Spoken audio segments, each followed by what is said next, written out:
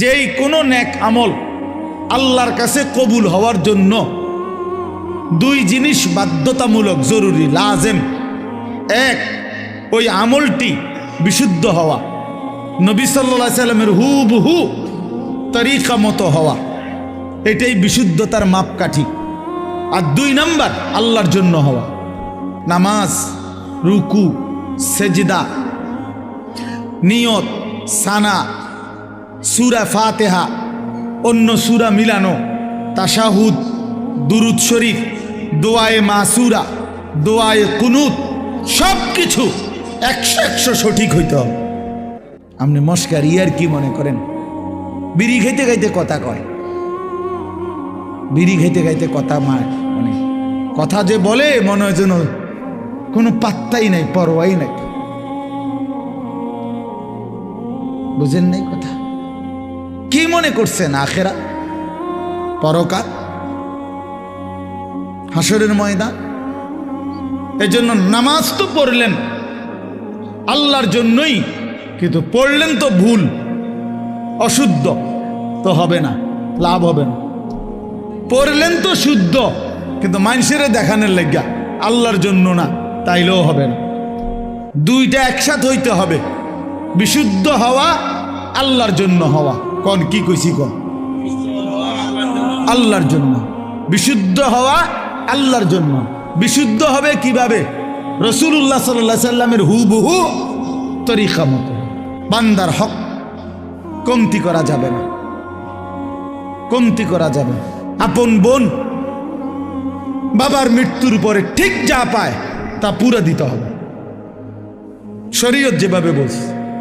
এনে 900 করার, বাটপারি সিটারি করার কোনো সুযোগ নেই। আপন স্ত্রীর মোহর আদায় না করার কোনো সুযোগ নেই। আপন ভাইয়ের, বোনের, ফুফুর ইত্যাদি সম্পদ 900 করার কোনো অধিকার নেই। যারা আপন বোনের সম্পদ দেন নাই, আপনার জন্য জাহান্নাম। যারা আপন ফুফুর সম্পদ দেন নাই, আপনার জন্য জাহান্নাম। যারা আপন ভাইয়ের সম্পদ দেয় নাই, তাদের জন্য জাহান্নাম। যারা আপন স্ত্রীর মোহর আদায় করেন নাই, তাদের জন্য জাহান্নাম অপেক্ষা করছে। একদিন আমিও থাকবো না, একদিন এই পৃথিবীও থাকবে না। কাল্লা ইদা দুক্কাতিল আরদু দাক্কান দাক্কা।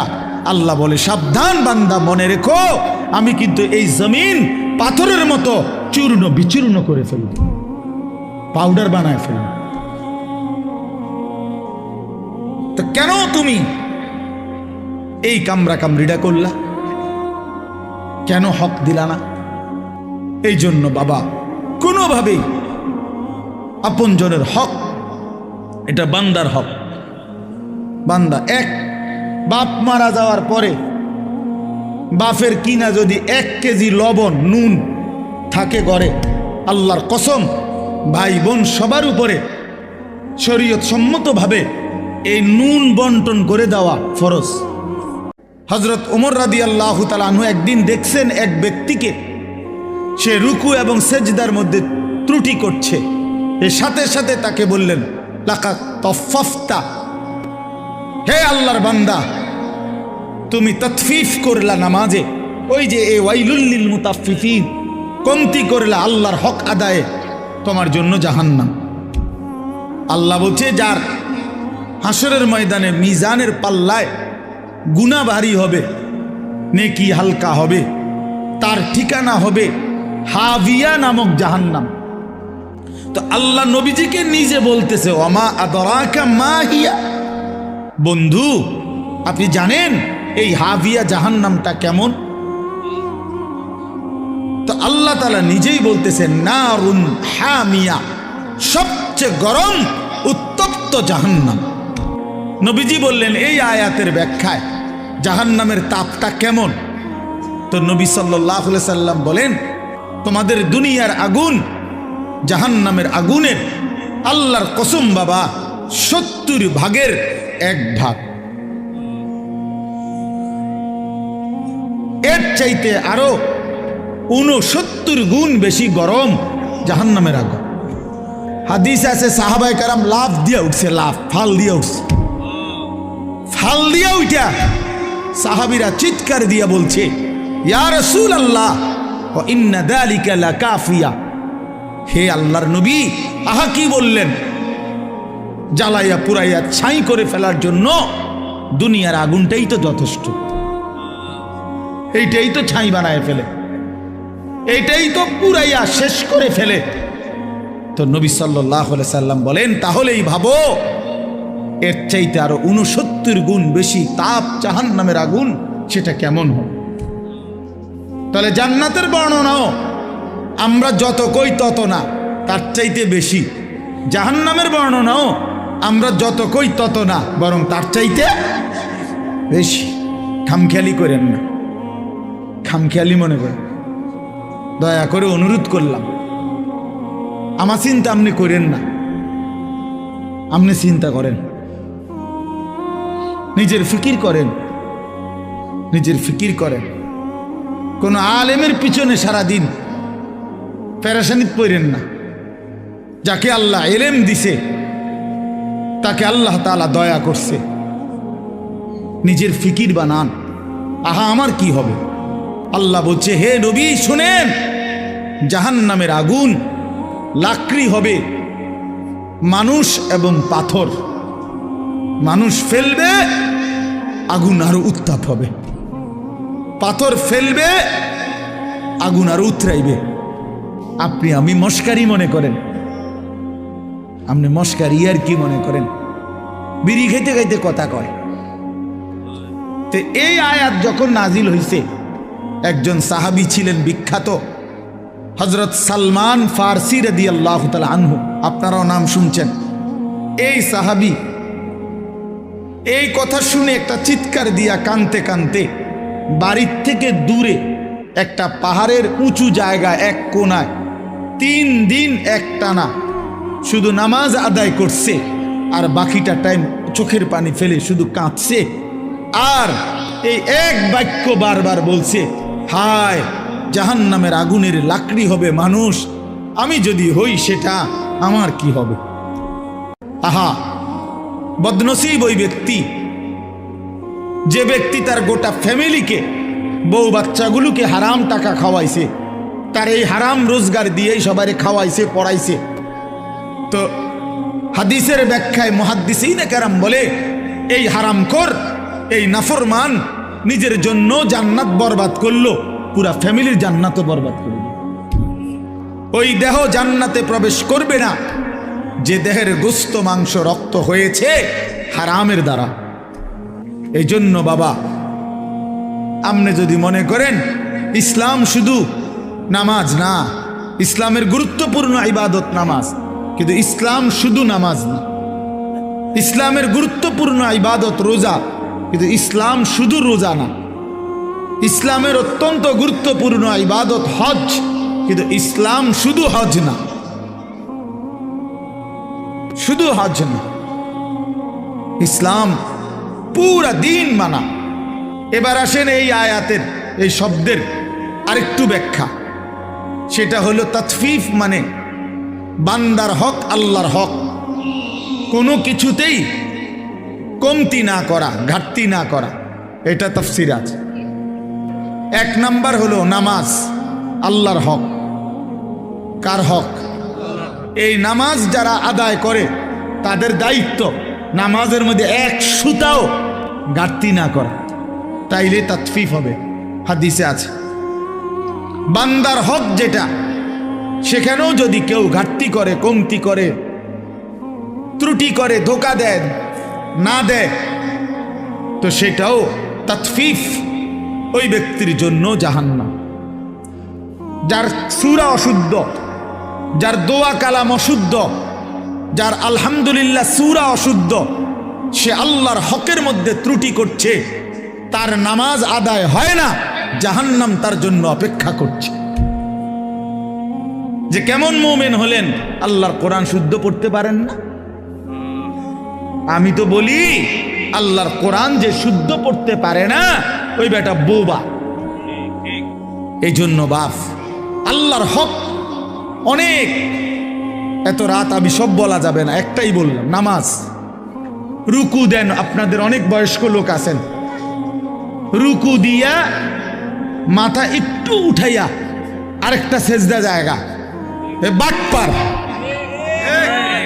চা দোকানে ওটা কুইতে ওড়ে, লাফাইয়া ওড়ে, আরো 10 জনে থামাই তারে না বুড়ারে। আও আল্লাহ দোয়াই আপনি কত থামেন, আরে রাখ বেড়া, উড়ে এলাম বেড়া, হেতে উড়ে এলাইব দোয়ানদার, হেতে টাকা পায়, হেতে উড়ে এলাই দোয়ানদার। চালাক ফাইজলামি চা দোকানে গিয়ে ওইখানে মাতবুরি দেখায়, নামাজের বেলায় এসে সেজদে একটা দিয়ে একটু মাথা উড়াই আরটা দিয়ে এলা। এটা কি ধরনের নামাজ বলেন? এটা নামাজ হইল? এটা ততফিফ। যে কোনো একটা জিনিস ক্রয় করছে 10 টাকা দিয়ে, তার মধ্যে 1টি টাকা ছিল হারাম, আর 9 টাকাই হালাল। আল্লাহ নবী সাল্লাল্লাহু আলাইহি ওয়াসাল্লাম বলেন, আল্লাহ তাআলা ওই জিনিসটি যতক্ষণ পর্যন্ত তার কাছে থাকবে, তার কোনো ওয়াক্তের ফরজ কিংবা নফল, দান কিংবা সাদাকা আল্লাহর দরবারে কবুল হবে না। এই 1 নাম্বার কথা মনে রাখবেন, লেনদেনের মধ্যে হারাম না করা, কাউকে না ঠকানো, কাউকে। 100 গ্রাম কম দিলেন তো তাকে ঠকাইলেন, একটা কমলা পচা দিলেন তো তাকে ঠকাইলেন। মালের গুণাগুণটা 2 নম্বরটারে 1 নম্বর বললেন, তারে ঠকাইলেন, আর তখন এই উপার্জনটা হারাম।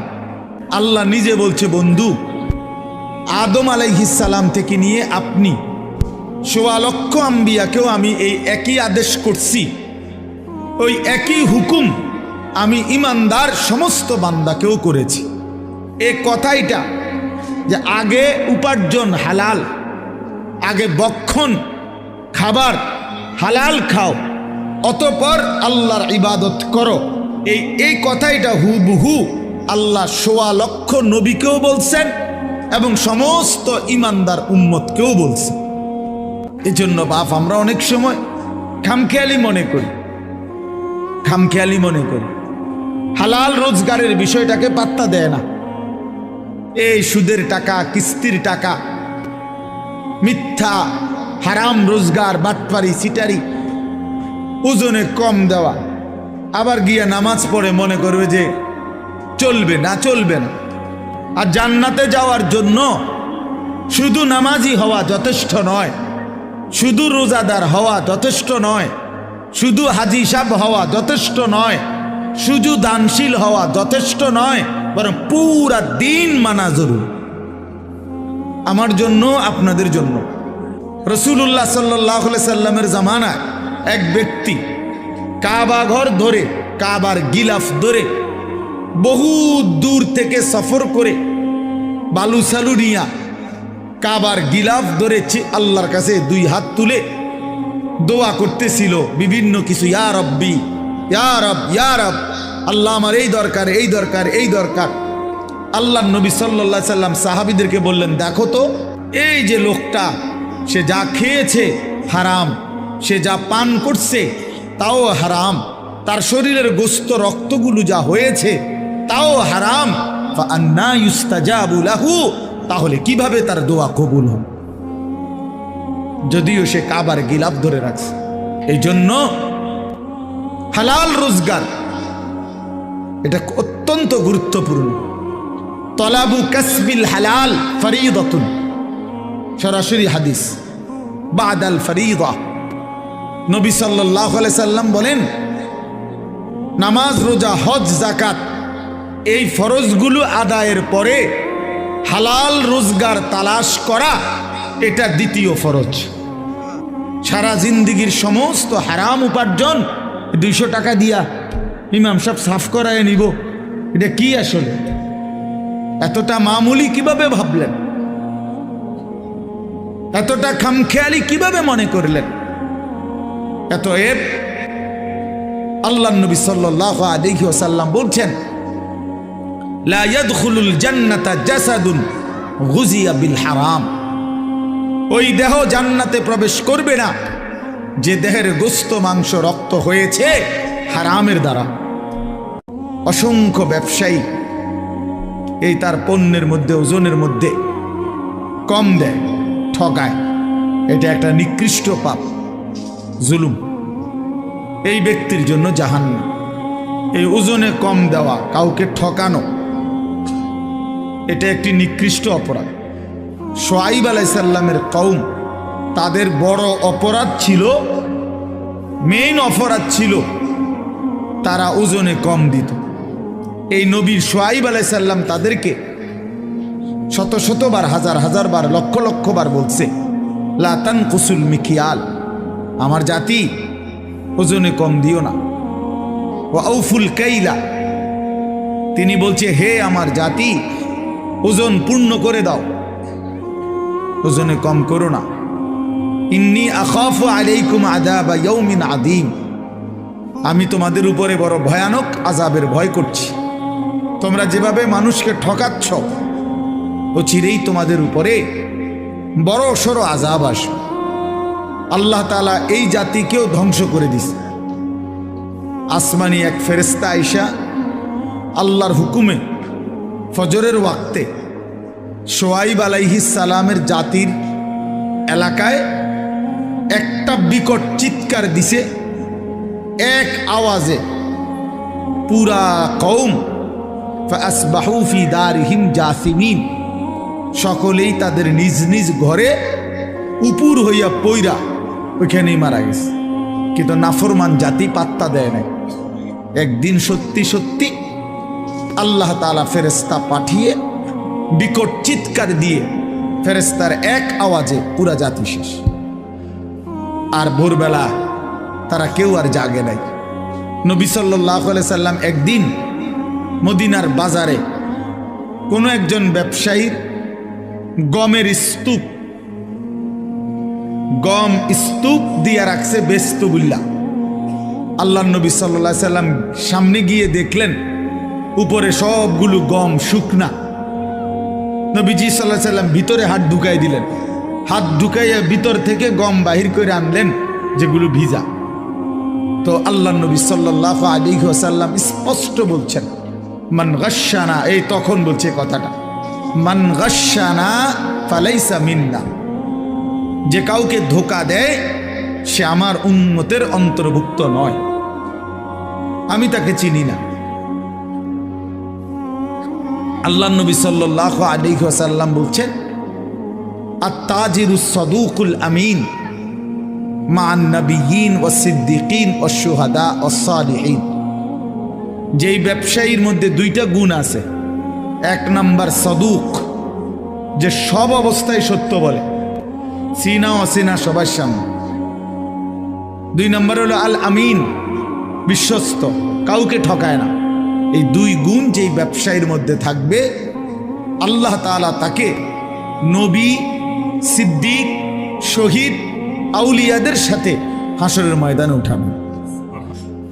তাহলে এটা বোঝা গেল হালাল ব্যবসা এবং সৎ আমানতদার ব্যবসায়ী অনেক দাম, অনেক দাম।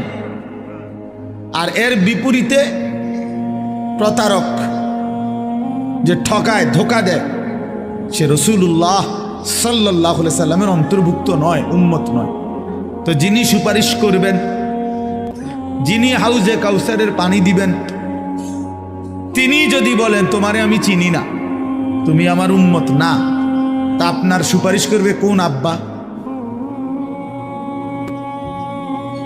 আপনারে হাউজে কাউসারের পানি দিবে তখন কোন আব্বা বলেন? আল্লাহর জন্য দুনিয়া একটু ছেড়ে দিলে কি হয়? দুনিয়া এমনি ছাড়তে হবে না? কথা বলেন না কেন? আপনিও থাকবেন না, দুনিয়াও থাকবে না। এটা সত্য কিনা বলেন? একদিন আমিও থাকবো না, একদিন এই পৃথিবীও থাকবে না। কাল্লা ইদা দুক্কাতিল আরদু দাক্কান দাক্কা, আল্লাহ বলে সাবধান বান্দা, মনে রেখো আমি কিন্তু এই জমিন পাথরের মতো চূর্ণ বিচূর্ণ করে ফেলব। বাপ মারা যাওয়ার পরে বাপের কিনা যদি 1 কেজি লবণ নুন থাকে ঘরে, আল্লাহর কসম ভাই বোন সবার উপরে শরীয়ত সম্মতভাবে এই নুন বন্টন করে দেওয়া ফরজ। এক বিগত জায়গা ছেড়ে দিলে আপন ভাইয়ের বাড়ির রাস্তাটা হয়ে যায়, না দিত না। এই গাছ কান কাটতে লাইলে এনদের রাস্তাটা আইসা পড়ে, না দিত না। কেন? অসুবিধা কি? মনে করেন আমনেরে, সে তো আমার ভাই, বাড়ির ভিটা, এই যে বসত ভিটা যেটা, এটা 100 বোনের হক, ভাই বোন সবার হক। যেই জালেমরা আপন বোনকে বসত ভিটার থেকে বঞ্চিত করছে, ওরা জালেম। দলিলের মার ফেস আমনে বুঝেন, অথবা টেয়া দিয়া পয়সা দিয়া হদ্দার মাতব্বরের কইয়া বাটপারি করে আমনে নিয়ে নিলেন আর 2 শতক। তুই কি বেশি কি নিলেন? 2 শতকের জন্য অনন্তকালের আখেরাত বরবাদ করে দিলেন। 5 শতক জমির লেগা 10 দুনিয়া বরাবর জান্নাত ত্যাগ করে দিলেন। বলেন বাবা, আপনি বাঁচবেন কয়দিন, আমি বাঁচবো কয়দিন? কে বানায় নিল এই কথা যে আপন বসত বিটায় বোনেরা পায় না? এত বড় মিথ্যা কথা, গাঁজাখুরি কথা আসমানের নিচে জমিনের উপরে পৃথিবীর কোনো কিতাবে নাই। আপনিও মরে যাবেন, আমিও মরে যাব, দুনিয়াও থাকবে না, আমিও থাকবো না। তো হিসাব দিতে হবে, দিতে হবে না? কথা বলেন না কেন? তো কি মনে করছেন আখেরাত? 1.25 লক্ষ আম্বিয়া যে আখেরাতের হাসরের ময়দানের ভয়ে কানছে মিয়া, সেই মাঠের নাম হাসরের মাঠ। 1.25 লক্ষ নবী, আদম থেকে রসুল সাল্লাল্লাহু আলাইহি সাল্লাম পর্যন্ত হাসরের মাঠের ভয়ে কানছে। এই যে ইব্রাহিম নবী বলছে, আল্লাহ হাসরের ওই কঠিন ময়দানে আমি ইব্রাহিম রে বেইজ্জতি করেন না, দোয়া করছি। আপনার কাছে হয়তো মনে হইব এখন, হুজুর ইডি কইয়া ওনার ফেঁস লাগাইলো সমাজটার মধ্যে। হ্যাঁ হ্যাঁ, আমি এক জায়গায় বিয়ার সুন্নত তরিকা বলছি, আর হুজুর অনিডি নতুন করে কইয়া ফেঁস লাগাই। পরে আমি বললাম, আঙ্কেল অবশ্যই আমি ফেঁস লাগানো ঠিক হবে না, এই জন্য আমি দয়া করে বিয়াটা পড়াইলাম না। আমনে মেহরবানি করে বিয়াটা পড়ান। বাবুরে আমি দুগা ভাত খাইতে মাইছি, ভাত আল্লাহর রহমতে খাইছি, খানা শেষ হয়ে গেছে, আমি যাই। কথা বলেন, আমনে না কইলেন, আমি আমারটা কইলে ফেঁস লাগবো সমাজে, তো আমনেরটা করেন, আমনে বিয়ে পড়ো, আমার সমস্যা। আমি তো ভাত খাইছি, দইও খাইয়া লাইছি, আমার বুঝ হয়ে গেছে, আমি যে খানার বুঝ পাইছি, তো সারছে তো। এইবার হুজুর আমরা কি আর এটি পারি? তা আমি এতক্ষণ পণ্ডিতি করলেন কেন বেটা ফাজিল? আল্লাহ তাআলা রাতেও দেখে, দিনেও দেখে, একাকীও দেখে, প্রকাশ্যও দেখে, অন্ধকারেও দেখে, আলোতেও দেখে। 7 আসমানের উপরে কোনো ফেরেশতা হাঁটলেও মালিক দেখে, 7 তবক জমিনের নিচে কোনো পিঁপড়া হাঁটলেও মালিক দেখে। আটলান্টিক মহাসাগরের যে প্রাণী গভীর তলদেশে, আল্লাহ তাকেও দেখে। হিমালয়ের সুউচ্চ চূড়ায় যে প্রাণী, আল্লাহ তাকেও দেখে। রাত 2টা বাজে, নওজোয়ান মনে করছে চারিদিকে কেউ জেগে নাই, সবাই ঘুমায় গেছে, এই জন্য সে মোবাইলের উলঙ্গ ছবি দেখছে। আল্লাহ ডাক দিয়া বলে, আনিস আমি আছি।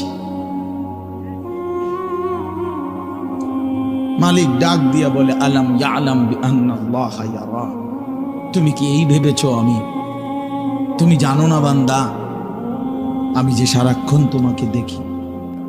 এজন্য তাকওয়ার অর্থ আল্লাহর ভয়। এটার প্রথম অর্থ হইল গুনাহ বর্জন। মান খাশিয়ার রহমান, আল্লাহকে ভয়, এটার প্রথম অর্থ গুনাহ বর্জন। গুনাহ বর্জন। কোন ব্যক্তি আল্লাহকে ভয় করে, খোদার কসম, এই কথার অর্থ হইল গুনাহ ছেড়ে দেয়। যে গুনাহ ছেড়ে দেয় সে আল্লাহকে ভয় করে, যে আল্লাহকে ভয় করে সে গুনাহ ছেড়ে দেয়। কোন নাফরমান আল্লাহকে ভয় করে না, আল্লাহকে ভয় করলে গুনাহ করতে পারে না। আমার শায়েখ আল্লামা মুফতি মুশতাকুন নবী সাহেব সব সময় চিল্লায় মাহফিলে, অনেক সময় আহাজারি করে বলে যে বাপ, গুনাহ আগুন, গুনাহ আগুন, গুনাহ আগুন। প্রতিটা গুনার পিঠে ওই পিঠে আগুন আছে। নারীর প্রতিটা বেপর্দা দৃশ্যের মধ্যে খোদার কসম আগুন জ্বলে। মদের আড্ডায় আগুন জ্বলে, জুয়ার আড্ডায় আগুন জ্বলে, সুদের টাকায় আগুন জ্বলে, ঘুষের টাকায় আগুন জ্বলে। বেপর্দা নারীর শরীরে আগুন জ্বলে। ওইটা রূপ না, ওইটা আগুন। আল্লাহ তাআলা বলেন, আমার যে বান্দারা আমার আখিরাত, আমার জাহান্নাম, আমার পরকাল, আমার কবর, এই কথাগুলোকে ভয় করে, আমি আল্লাহকে ভয় করে, না দেখে আল্লাহ বলেন, আমি ওয়াদা দিলাম লাহুম মাগফিরাতুম ওয়া আজরুন কাবীর, আমি তাদের পেছনের সব গুনাহ মাফ করে দেব, আর আমার সবচেয়ে বড় পুরস্কার জান্নাত দিয়ে দেব। তো যিনি সৃষ্টি করলেন আল্লাহ, আমরা কি করছি না করছি তিনি আমাদের কথা জানবেন না? কথা বলেন না, বলেন না, শুনেন তিনি? আল্লাহ শুনেন কিনা, দেখেন কিনা, জানেন কিনা? অহুয়াল লতীফুল খবীর। আল্লাহ বলেন, তিনি সূক্ষ্ম থেকে সূক্ষ্ম, বিন্দু থেকে বিন্দু সেটাও জানেন। খবীর, পুরা সৃষ্টির খবর একসাথে তিনি পূর্ণ রাখেন। মাটির তলদেশে যেই চারা, দানা, বীজ তোমরা রোপণ করছো, বপন করছো, আল্লাহ বলে কোন দানা কোন চারা আমি তাও জানি। ওয়ালা রতবিন ওয়ালা ইয়াবিসিন, শুকনায় কি আছে, ভিজাতে কি আছে আমি সব জানি। ইল্লা ফি কিতাবিম মুবিন। ওহ, মালিক বলে শুধু জানি না রে বান্দা, আমি সব কিছু আমার তাকদীরে লৌহে মাহফুজের মধ্যে স্পষ্ট করে লিখে রাখছি। যুবক ভাই, নিজের ক্ষতি করেন না। নওজোয়ান ভাই, নিজের ক্ষতি করেন। আল্লাহর ওয়াস্তে ভাইয়া, চরিত্রহীনতার এই জিন্দেগি সুখ দেয় না। কোনো পাপী সুখে নাই, কোনো হারামখোর, কোনো মদখোর, কোনো গাঁজাখোর, ফুট্টাখোর, বাবাখোর, ডাইলখোর, ইয়াবাখোর, একটা নাফরমান সুখে নাই, সুখে নাই। কোনো বেপরদা নারী সুখে নাই। আমি চ্যালেঞ্জ করলাম, কোন হারামখোর, সুদখোর, গাঁজাখোর একটাও সুখে নাই, একটাও সুখে নাই। বেঈমান নাফরমানের কলজা ছিঁড়ে ফেলবে, রুহু ছিঁড়ে ফেলবে, এরপরে শরীর থেকে বের করে নিয়ে আসবে। আরে বন্ধু, এই কোরআনে আছে, আল্লাহ নিজে বলছে এমন নির্মম মৃত্যু হলো কেন? এই নাফরমানের মৌত এত কঠিন হলো কেন? এমন ভয়ানক মৃত্যু হলো কেন? ফালা সাদ্দাকা ওয়ালা সাল্লা, কারণ এই নাফরমান আমি আল্লাহর কথায় বিশ্বাস করে নাই, ওয়ালা সাল্লা, এবং নামাজ পড়ে নাই। দিন শেষে, রাত শেষে দেখবেন আমার সাথে কেউ নেই, আমি একাই। একদিন কবর আমারে সব সম্পর্ক ছিন্ন করে দিবে, একদিন মৃত্যু আমাকে সব ভুলায় দিবে। রাসূলুল্লাহ সাল্লাল্লাহু আলাইহি সাল্লামের অগণিত হাদিস এ কথার প্রমাণ করে যে কবরে আযাব হবে। হাসরের আযাব তো আছেই, জাহান্নামের আযাব তো আছেই, কবরেও আযাব হবে। মেন বিচার তো হবে হাসরের ময়দানে, তার আগেই আযাব হবে কবর।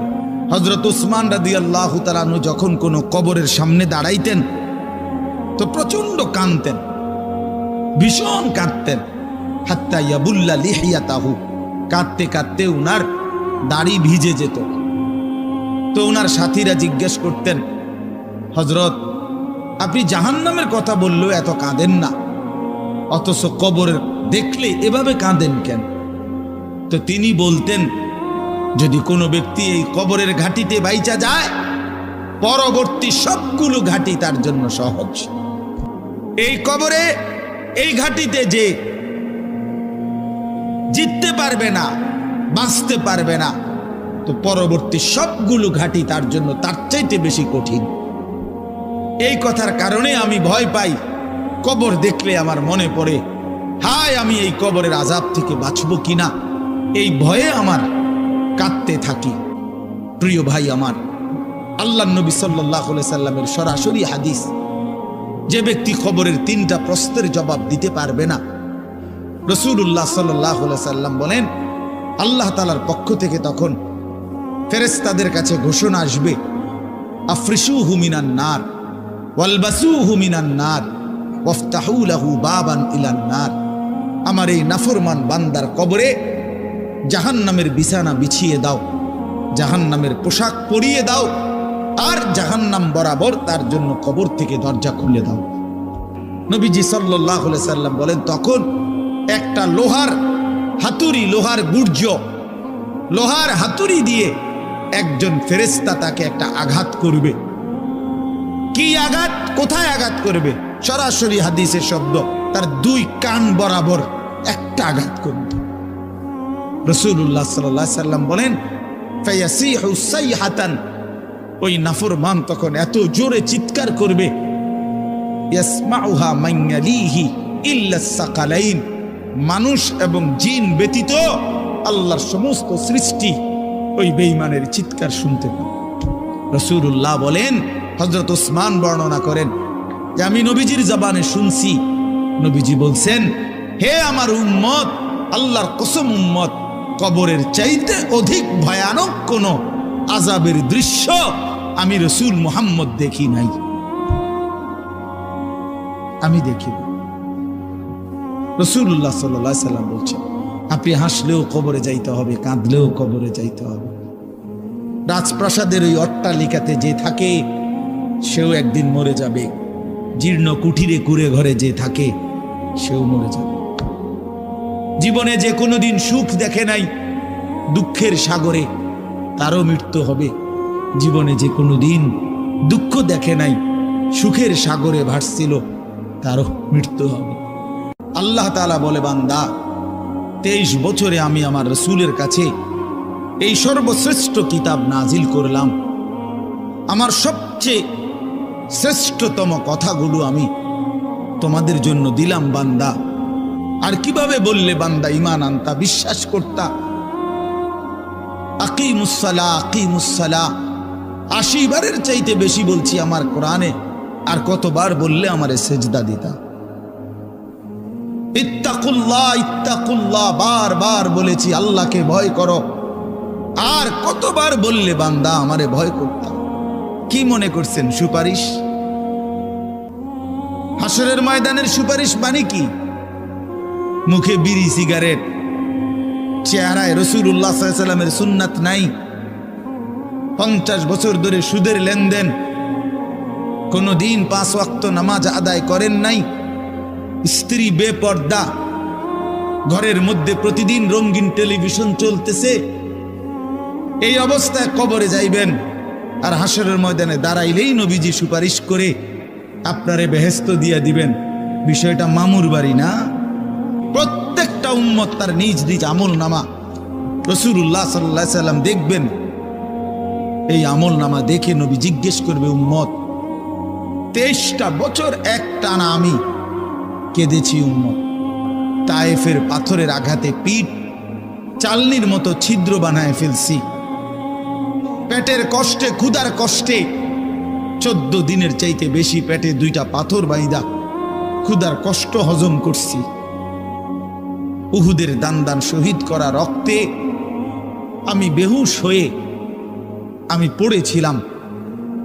সেই নবী আমি আর কত কাঁদলে, আর কত রক্ত ঝরাইলে উম্মত তুমি আমার কথা মনে করতা? আল্লাহ বলছে কোরআনে, আলাম ইয়ানি লিল্লাযীনা আমানু আন তাখশা কুলুবুহুম লিযিকরিল্লাহ। এই আমার ঈমানদার বান্দা, আমায় আল্লাহর ভয়ে, আমার স্মরণের জন্য, আমার বন্দেগীর জন্য তোমার দিলটা নরম হওয়ার সময় আজও কি হয়নি বান্দা? 30 বছর ধরে যে কোনো দিন সুদের লেনদেন ছাড়লেন না, হারাম রোজগার করেই গেলেন, আল্লাহ তাআলা যেন ডেকে বলে, বান্দা তাহলে এই নাফরমানি কি আর কোনোদিন ছাড়বা না বান্দা? 365 দিনে খোদার একটা বছরে যে কোনো দিন ফজরের নামাজ পড়লা না যুবক, তোমারে যেন আল্লাহ ডেকে বলে, হায় বান্দা তাহলে কি আর কোনো দিন নামাজ পড়বা না? আল্লাহ বলছে, নাফরমান বান্দা খাও, দুনিয়া ভোগ করো কিছুক্ষণের জন্য, শুধু মনে রেখো ইন্নাকুম মুজরিমুন, তুমি কিন্তু পাপী, এই কথাটা শুধু মনে রাখো, বাকিটা পরে হইব। ভাত খাও। রাত 10টা বাজে যেই নাফরমান ভাত খাইতে বসছে, আল্লাহ তাআলা যেন ডাক দিয়ে বলছে, বেঈমান খা, ভাত খা, খানা আমি আটকাইতাম না, শুধু মনে রাখিস এশার নামাজ পড়স নাই, ভাত খা বেঈমান, খানা আটকাবো না, খানা আমি জন্তু জানোয়ারও খাওয়াই, তোরে খাওয়াবো না কেন? আল্লাহ বলে, প্রতিটা নাফরমানের জন্য আমি রেডি রাখছি আগুনের শিকল এবং আগুনের বেড়ি এবং জাহান্নামের আগুন। 1 নাম্বার 70 জিরাআন, 70 হাত লম্বা আগুনের শিকল দিয়ে জাহান্নামীকে হাসরের ময়দানে আল্লাহর ফেরেশতা বান দিবে।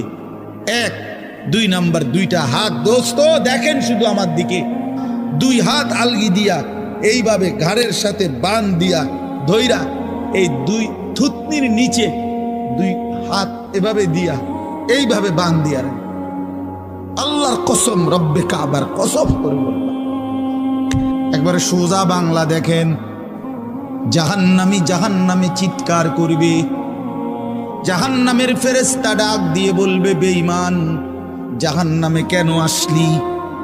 ক্বালু লাম নাকু মিনাল মুসাল্লিন, নাফরমান বলবে, বন্ধু ফেরেশতা ভাই, আমি দুনিয়াতে নামাজি ছিলাম না।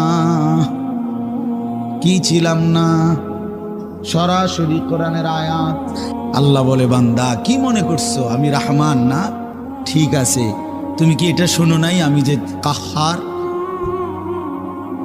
তুমি তো শুনছো আমি রাহিম, তুমি কি শোনো নাই আমি জব্বার? আমি জুনতিকাম, আমি প্রতিশোধ গ্রহণকারী, আমি সারিউল হিসাব, দ্রুত হিসাবকারী, আমি জব্বার, আমি প্রবল প্রতাপান্বিত, কাহার, আমি মুতাকাব্বির, আমি বারি। তুমি জানো না? আমার একটা নাম শুনলা, আমার দয়ার নামটা শুনলা, আমি যে শাস্তি দেব সেটা শোনো নাই? হাসরের ময়দানে আল্লাহ তাআলা জিজ্ঞেস করবে, বান্দা আমার দেওয়া 2টা চোখ, আমার দেওয়ার জিহ্বা, আমার দেওয়া ঠোঁট, এত লক্ষ কথা বললা, এত কিছু দেখলা, এত শব্দ উচ্চারণ করলা, পৃথিবীর কত লক্ষ কথা তুমি জীবনে বললা, অথচ আমার কালাম, সর্বশ্রেষ্ঠ আসমানি কিতাব, মালিকের এই কোরআন, এটা একটু দেখে দেখেও পড়তে পারো না। এক চাইতে বড় বদনসিব আর কে হইতে পারে? অন্ধ হইলেও চলতো, অন্ধ হইলেও চলতো, চোখে না দেখলেও কত মানুষ পৃথিবী ভোগ করতেছে। তাহলে যে জবান আল্লাহর দেওয়া, যে চোখ আল্লাহর দেওয়া, সেই মালিকের কালাম দেখে দেখেও পড়তে পারলাম না। 16 বছর বাচ্চাটা পড়লো, অথবা আপনি পড়াইলেন, একবারও ভাবলেন না, হায় আমার সন্তানকে আমি কি পড়াইলাম? না বাপের একবার মনে পড়লো, না ছেলের একবার মনে পড়লো, না মায়ের একবার মনে পড়লো, না ছেলেটার একবার মনে পড়লো যে আমার মালিকের কোরআন পড়তে পারি না। পৃথিবীর কত পড়া, দরকারি বেদরকারি মিলাইয়া, রোদ হচ্ছে, বৃষ্টি হচ্ছে, খেকশিয়ালের বিয়ে হচ্ছে, এটা কোনো দরকারি কথা হলো? এটা কিছু শিখার কিছু? এটা হাট্টিমা টিম টিম তারা মাঠে পারে ডিম, এটা কি? এটা কোনো শিখার কিছু? আগডুম বাগডুম ঘোড়া ডুম সাজে, আগডুম কি বাগডুম কি? তার বাপের 14 গোষ্ঠী কইতে পারবো নি আগডুম কি? যে লিখছে এটা উচ্চারণ শিখার জন্য, কিছু শব্দ শিখার জন্য। তো শব্দ শিখার জন্য ইসলামী কোনো শব্দ নাই? আল্লাহ আমাদেরকে বুঝ দান করে। আমি বইয়ে এখানে বই ঠিক করতাম বসি না, যে বোঝেন না আমার কথাটা, অর্থ এই উদ্দেশ্য, তাহলে আমি বই ঠিক করতে বসিনি। আহা, কোরআনুল কারীমের নূর, এটা যে শুনলো না, সে শুনলোটা কি? সে শিখলো কি? পড়লো কি? মজাই তো পাইলেন, কথা বলার মজাই তো হয় নাই। আমি তো অনেক সময় বলি, আল্লাহর ঘরের কালো গিলাফ আর মদিনার সবুজ গম্বুজ যে দেখে নাই, যেই চোখ, সে দেখলো কি? কালো গিলাফ যে দেখে নাই কাবার, রাসূলুল্লাহর রওজায়ে আতহারের সবুজ গম্বুজের ওই সৌন্দর্য যে দেখে নাই, যে চোখ, সে জীবনে কি দেখলো? স্কুলে পড়েন, কলেজে পড়েন, কোনো অসুবিধা নাই, ঠিক আছে।